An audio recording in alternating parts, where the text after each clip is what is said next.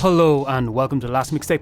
My name is Stephen White, and on this week's show, we delve into Drake's brand new single Nokia and whether or not he's been defined by another artist, and the latest music from the week that was.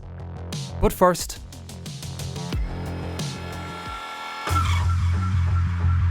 the best revenge is to be unlike him who performed the injury. The words of Marcus Aurelius. Why, dear listener, and indeed, dear viewer, am I quoting one of the great 5 emperors of Rome at the top of this week's show? Well, dear listener, and indeed, dear viewer, this week, The Last Mixtape will be delving into Drake's brand new single Nokia and asking whether or not Drake is still defining the moment, or has he himself as an artist still being defined by Kendrick Lamar? Indeed, in the age of the subtweet, the surprise drop at a subliminal shot across the bow, is silence still the greatest weapon? Through Nokia, Drake has delivered yet another hit for his career. But in a post-Kendrick Lamar beef world, is he still, and forever will he be, defined by losing that battle? Is Nokia a signal of his return to power, or is it a sign that he has lost the narrative over his own artistic career? Let's talk about Nokia itself. It's polished, sonically spacious, and it has a disco sound that draws the listener in and screams big hit. The lyrics, they walk the tightrope. Drake knows well. Cold detachment, vague menace, and just enough quotes to trend on X. But listen again closely. There's no clear story, no confessional vulnerability, no hook that sticks like Marvin's Room or God's Plan. But what it does have is anticipation. Not the anticipation of an artist you like bringing out a brand new song, but a cultural anticipation to the potential of a response to Kendrick. And that for me is the first clue about Drake's Nokia. It's not so much a statement or an artistic expression of how I feel. It's more of a statement of, this is who I'm presenting I am, this is how I'm presenting I am right now, and this is what I want you to think about me going forward. Let's go back, because over the past few years, Kendrick Lamar has been the ghost in Drake's machine. For these two, the tension has always been there, simmering, and of course, last year and earlier this year, it came to a boiling point. And for me, that's what's so fascinating about Nokia, especially the music video. It doesn't seem like there's a need to say anymore. After the Super Bowl performance, it was pretty much agreed that Kendrick Lamar had won the beef and it was over. And I think as well, culturally, people were kind of done with it. People were kind of done with the back and forth. It was enough, basically. It's interesting then that when Drake releases Nokia and has the opportunity to move on with his career and be continuously successful, as a lot of people thought he would be, he doesn't take that. He still seems trapped by that period, trapped in the thoughts of that beef and what it could have potentially done to him and what it continues to do to him. It seems like Kendrick's presence alone shapes now how Drake moves. So now we get Nokia, a track drop not during a release cycle, but in the middle of a cultural Cold War. And I have to ask, is the record-breaking success because people love Drake, or because we are still reading in between the lines for shots at Kendrick? Drake is famous, and Nokia is a hit. What's interesting to me in the post-beef world, post-2024, early 2025 career of Drake, that he seems to now be entirely defined by it. His music now is less about the pop star aesthetic or being top of the pile or being top of the charts, and now about how he is defined by Kendrick. People seem to be viewing him through that lens, and in a lot of ways, people are consuming his media and his artistic expression through that lens. It's interesting, the eruberous nature of it, and indeed calling almost to, maybe in an unsubliminal way, or in a way that maybe Drake doesn't realise, the snake in the video of Nokia. Now, that is a kind of a callback to Snake on the phone, and it could also be calling other people snakes, but the eruberous nature of himself indulging in that same thing that he's captured in, basically being sunk further into the mire of the spectacle in which he was a part of in 2024, is very interesting. He seems to be now a prisoner of his own making. With Nokia, we are asking, what is it Drake is trying to say? With Nokia, we're asking, is he talking about Kendrick? I think I spoke in the last couple of videos I did last month about Kendrick that I really hoped that this beef would be over and that Kendrick would move on. And hopefully he does. I actually don't think it would be good for him to respond to this video or this song in any way.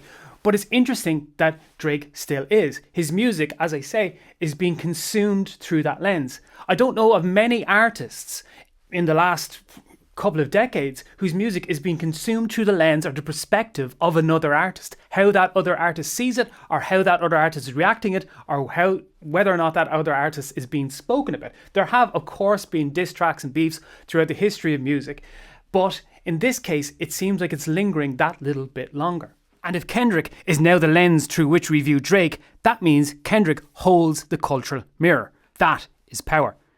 This isn't just about who won the beef, it's about trajectory. Drake used to lead by defining the sound of the moment. Now, he's preserving a legacy while fending off younger challengers and older rivals and accusations alike.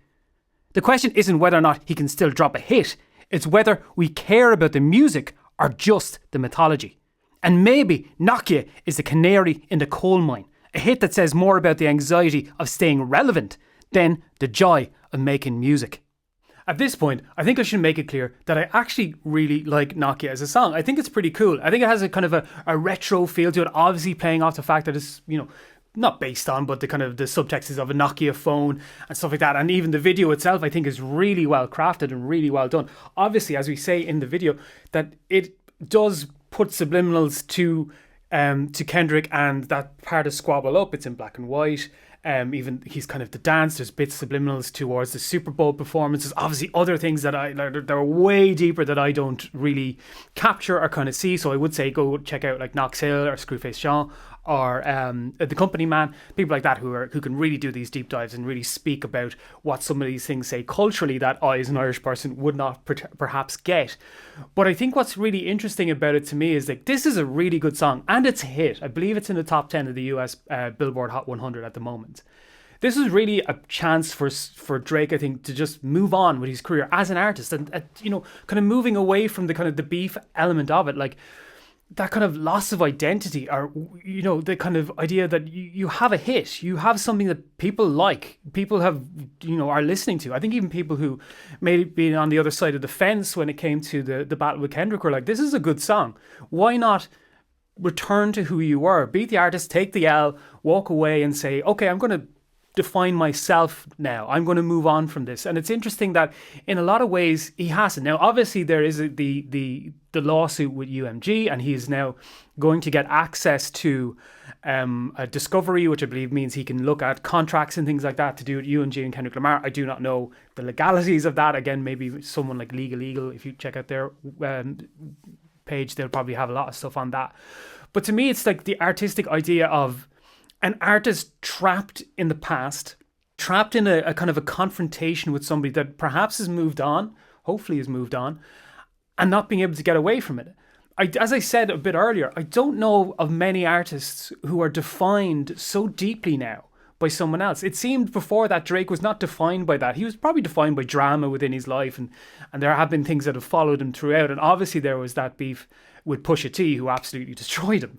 But I didn't feel like after that he was defined by that. He kind of shook it off and then continued to have hits. Whether or not those hits were of the quality of stuff he was producing beforehand, it didn't really matter. It seemed even he had moved into this era of kind of being a meme in music, where his music had a kind of a mimetic effect, where the hit was him, or the conversation was him. He'd moved into this space where the music was less important than the persona of Drake. That can work. And we were actually talking a little bit about CMAT, about almost falling into that last week. That can work and you can have hits with that. The problem is when your persona, or you as a person, takes a hit, and a sizable hit. And it seems like with the Kendrick Lamar beef, it was almost as if he took one like a Tyson punch to the body. Like it was a body blow, and he's less able to shake it off and move out. And now it seems because of that, it's interlinked. His persona, the thing that he was kind of banking on, the thing that he was trading on, the kind of mimetic effect of him, is now forever wrapped within that, unless he has the ability and the strength to move on. He doesn't seem like the person who does. Obviously, to me, the lawsuit is a completely very interesting thing, because it's speaking about a poetic license, and especially within the hip-hop genre. And as I say, there are far more educated people on the kind of the history of that. I've said it millions of times. There's a great video by FT Signifier on all that kind of stuff, and there's really cool videos everywhere. But it's one of those things where it feels like he is defined now by it because of what had happened before and because of the way he painted himself as an artist before. It's interesting that he's chosen to not move on. And whether or not he can move on, whether or not his ego let him move on, whether or not, as I say, the mimetic nature of which he was releasing music beforehand will let him move on. I think Nokia is a pretty good song. As I say, it's a hit. It was really an opportunity for him to, like, maybe, as I say, kind of move on from that and kind of live well as the best revenge. But it seems like he cannot. And I think that's what's most interesting to me. The idea of an artist being defined by another. As Marcus Aurelius said, sometimes the best revenge is to be unlike him who performed the injury. There is power to silence, and sometimes weakness in loudness. In artistic terms, this is a very interesting time in music. I think this spectacle has probably drawn itself out over the year and probably drawn itself out in terms of audiences. But how do you feel? Do you feel that Nokia is Drake moving on? It's a big hit. It's an opportunity to dust himself off, walk off, and become himself again? Or is he forever trapped in a mimetic sense of who he is to his audience? And has Kendrick Lamar forever damaged that persona beyond repair? Comment below and let me know.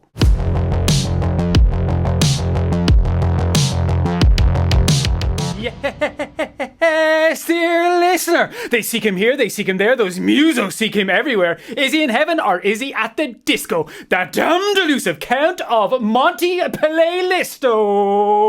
The silent profile limousine riding jet flying playlist making son of a gun has once again returned from the shores of Playlistia to bring you another beautiful bounty in the form of TLMT's mixtape on Spotify. But you can listen to music wherever the hell you want. But for now, the Count of Monte Playlisto rides again, starting off with a brand new single from Really Good Time in the form of their new song Scott Carson, an homage to Liverpool legend and legend of Istanbul, Scott Carson, of course, from the substitutes bench. He didn't actually play in the game. Jersey Dudek played in the game. He is one of the heroes of Istanbul. It's fine. I'm not going to get into the whole thing. But it's a brand new track from Really Good Time. And yes, once again, it has the characteristic and indeed indicative sound of Really Good Time and the singles they have released up to this moment of that kind of hard, to the floor, fuzzy kind of rock sound that they really revel in. It has, what I really love about genre records is that it hits every single expectation that you would want from a band that perform the way they do, that they present in the way they do, and indeed do the live sound in the way that they do. And they really capture that. Capturing a live sound in record form can be terribly hard and very hard indeed. And especially in a world now where the indie music, post-punk, punk kind of sounds are of all different things, and it kind of sometimes seems to be leaning more to the darker, more moody tones, kind of more aggressive tones. It's actually great to see a band having a lot of fun with it, having a lot of fun with the sounds, having a lot of fun with the name of the song or the concept of the song as well is really cool too, because it definitely needs that. We were talking about Elche last week and having something about you, having something indicative about you that sets you apart. And it's great to see a band just having really great fun, rock and roll kind of type sounds with that element of punk in it as well, but also delivering it in a way that is fun, because music should be fun sometimes, and this is indeed that. So, a big shout out to Scott Carson, Liverpool legend and other band, and Really Good Time. Their brand new single, Scott Carson, it is on the Count's brand new playlist. Up next for the Count of Monte playlist, though, we have Elaine May featuring Faye O'Rourke with the brand new single, Aim. And this is indeed a very interesting, atmospheric and aching track that is delivered by Elaine May's production and soundscaping and use of electronic sounds. And once again, we've spoken about it before with Elaine May. Has a really great ear for casting in her songs, like a great director almost in that kind of terms. When she's worked with May Kay in the past, great kind of sound with the voice. Faye O'Rourke very much fits into this for this song. She has that kind of soaring feel. There's the emotional drive that's always behind the Soda Blonde releases and tracks that Faye performs on, and it's in this track as well. Elaine May kind of delivers a great beat, great production, great sound, has that kind of feeling of texture and atmosphere and lived in experience to it that really sets the tone and sets the space for Faye O'Rourke's performance within this track. So a great collaboration and coming together by Elaine May and Faye O'Rourke. The brand new single, it's called Aim. It's on the playlist.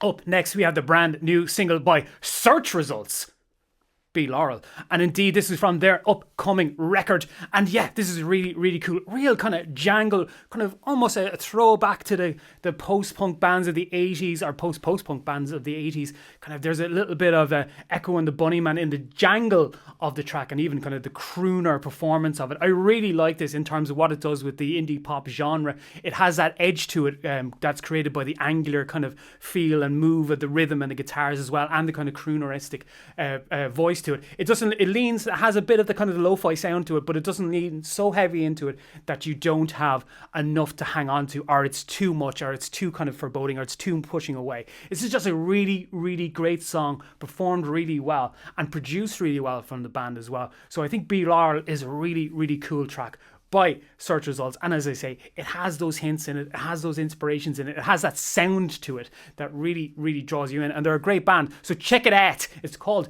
Be Laurel. It is on the playlist. We have perennial favourites here on the Count of Monty Playlisto's playlist.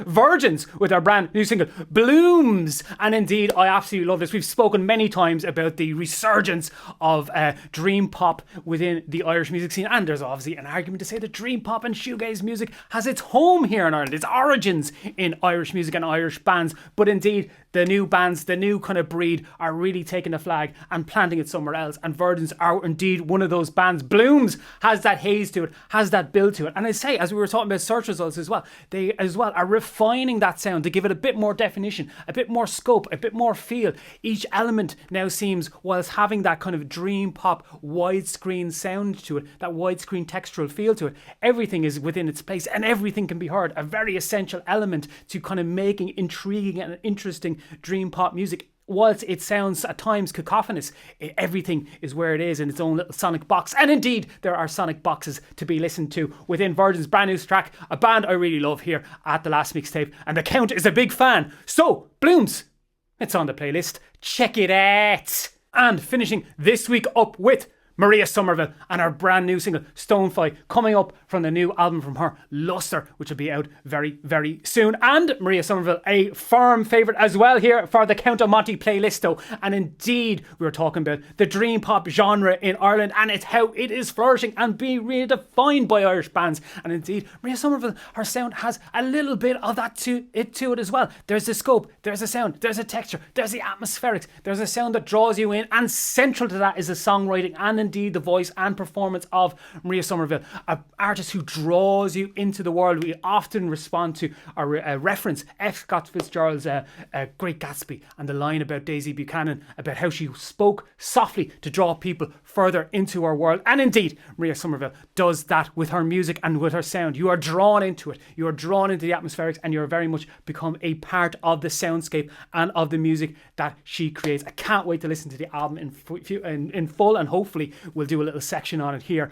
at The Last Mixtape, or the other guy will, because I'm a different guy. I'm the Count of Monty playlisto. But indeed, yes, this is a great, great new track from what is shaping up to be a great album from Maria Somerville. Check it out, it's on the playlist. But that is it for the Count of Monty playlisto for yet another week. I have once again delved into the Irish music scene and come up with some of the best tracks ever, for I am the greatest playlister that has ever lived and ever will live. I am not one of the great five emperors, I am one of the one great playlisters of all time. Fuck the big three, it's just big me, and I am the greatest playlister, for I am the Count of Monty playlist, and I shall write again next week with new music from the Irish music scene. But for now, over to the other guy.